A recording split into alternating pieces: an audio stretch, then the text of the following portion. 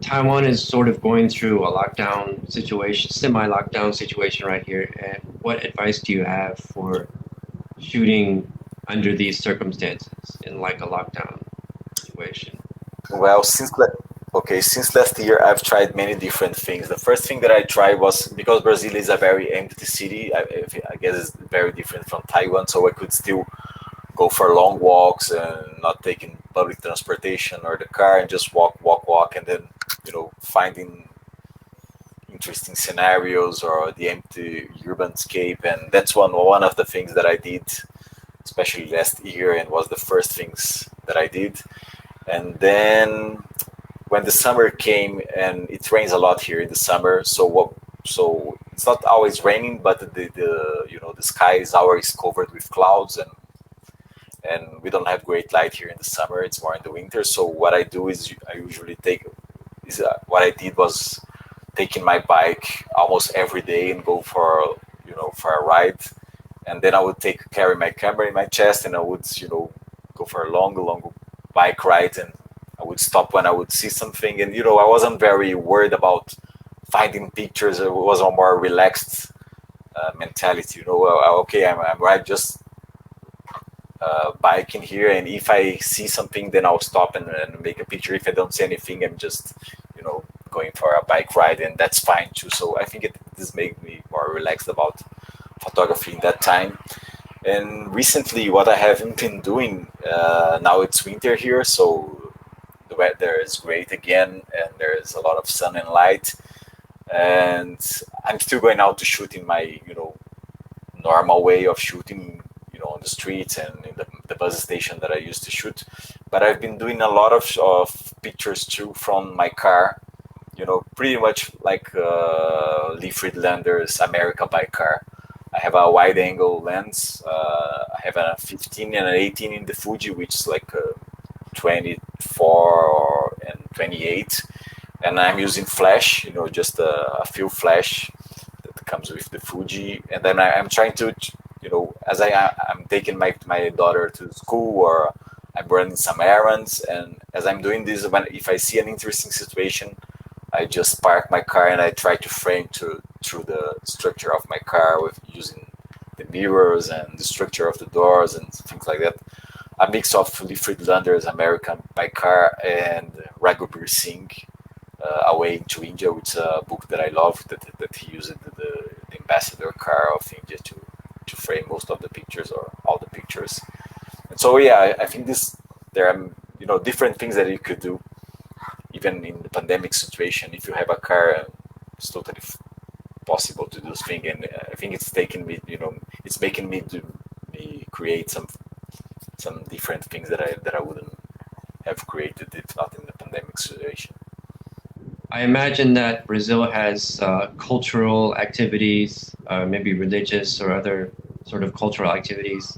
And a lot of my students like to go photograph like temple ceremonies and that kind of thing. And what advice would you have for making something that sticks out, that stands out, and not just a record of the activity? I mean, as far as photographing. Yeah, I think this is the challenge: is how to describe in images how you felt being there, and because most of the time even if I go to a religious ceremony, and especially if it's my first time, I think that's normal to have a wish of registering and describing what you're seeing. But then I think that it's something that's to escape from this basic register of what you're seeing. I think maybe they should come back more than just one time, and they should have some frequency and keep going back until they're not worried about just recording what they're seeing anymore, and they feel more relaxed and more used to what they're seeing in front of them, and so they can try and start expressing how they feel about the ceremony. For example, I went to a religious party in Salvador last year, and of course it was my first time, and so I was very excited about seeing the party itself. But then at the same time, there were so many photographers trying to photograph the party and the religious aspect of it. So I just told myself, okay, I won't join all the photographers. I don't want to make the same kind of picture that all the photographers are doing, even though it's my first time here. So what I did is that I just went around the main part, I photographed the street sellers, or, people that were in the surroundings of the party, but were not the party itself. And I think this could be a strategy, to go to circulate through the borders and see what's going on around the party itself. And if this is something that they want to do, because maybe they are more interested in the party and the religious aspect of it, but this could be a strategy, I think. For you, what makes a really compelling series? What aspect of a series is most important? As for a series, well, I think variety is very important. For example, if you have a series of 10 pictures, you don't want to repeat yourself in every picture. And I know there's this tendency, for example, if to do a series like, I don't know, the Bachelors with, all the same team repeating in every, but I think that for me personally, this is very boring. If I see a picture that, okay, now you see a picture about, I don't know, whatever, cars or smiles, and then you keep seeing the same motif in 10 pictures, this makes me bored. So I think the challenge is to have some variety and still make a cohesive body of work.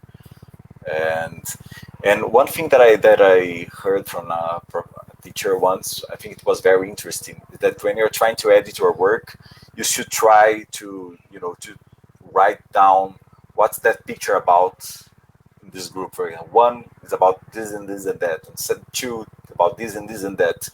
And then after you've wrote it down, and then you take a look at it and you see, okay, do I have some pictures that are repeating themselves, or to think about the series as a narrative and try not to repeat yourself in the series. I think this is a good strategy too.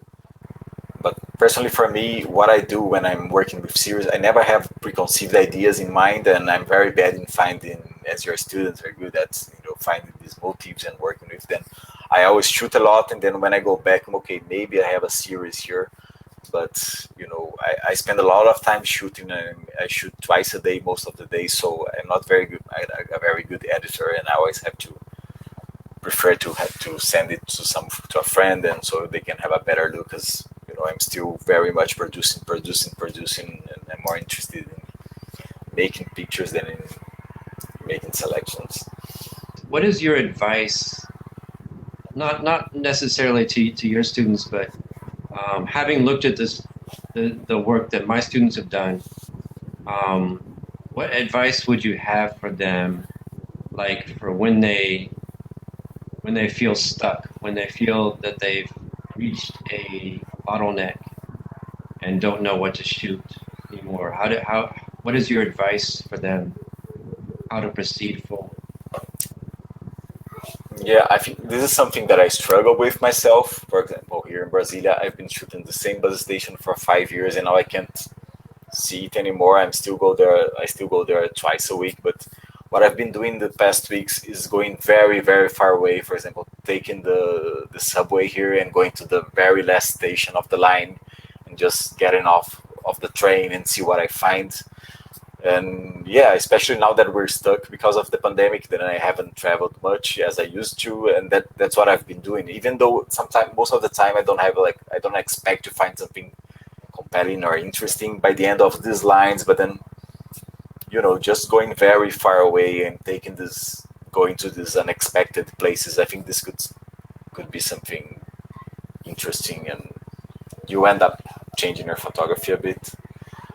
And the other thing is having a more relaxed mentality towards your own photography. Of course, I guess that most of us put a lot of pressure in our own work, and we're expecting to make good pictures every day. But when I'm feeling like this, some days I just, okay, even if light is great, I'll just stop for a beer or for a coffee here, and I'll just watch things moving. And then after this, I feel a bit refreshed.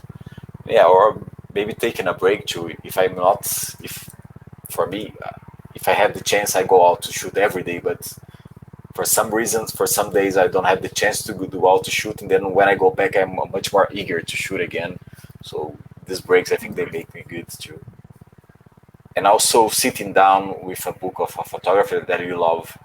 For me, these guys are Harry Gruyere and Pinkasov and Alex Webb. So if I'm feeling stuck, and then I try to go back to these guys who were the first ones who really impressed me, and I try to remember why they impressed me. Even though I've seen their pictures 1,000 times, I still like to go through the same pictures again, because I feel refreshing, and I remind myself of why I started doing this.